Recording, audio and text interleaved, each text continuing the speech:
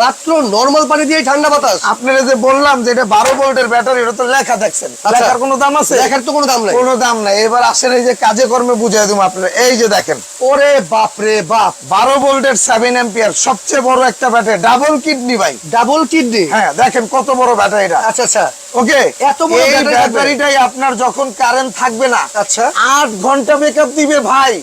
8 ঘন্টা 8 ঘন্টা ব্যাকআপ দিবে ভাই, ভাই। লোডশেডিং এর যে অবস্থা ভাই লোডশেডিং এর দিন আন্না আন্না। আচ্ছা। এখন চলে আসছে ডাবল কিডনির AC air cooler. AC air cooler, AC air আবার কুলার রিচার্জেবল। রিচার্জেবল ভাই। আচ্ছা আচ্ছা ভাই আপনি এই যে দেখেন, এই যে এখানে আমি একটু পানি দিয়ে রাখছি। আচ্ছা আচ্ছা, পানি দিয়ে রাখছেন। আপনারা চাইলে আপনারা একটু পানি দিবেন, পানির কাজটাকে একটু বুঝাই দিই আপনারা। আচ্ছা আচ্ছা, ওকে ওকে। এই যে দেখেন, এই যে চলতেছে। হ্যাঁ, আচ্ছা পানির কাজটা হলে এই যে আমি এখানে এটা চাপ দিয়ে দিলাম, এই যে এখন এখান থেকে এই যে পানিটা বের হবে ভাই। আচ্ছা আচ্ছা, এই যে দেখেন, এই যে ওরে ভাই, এটা আবার কি মধুর চাক নাকি?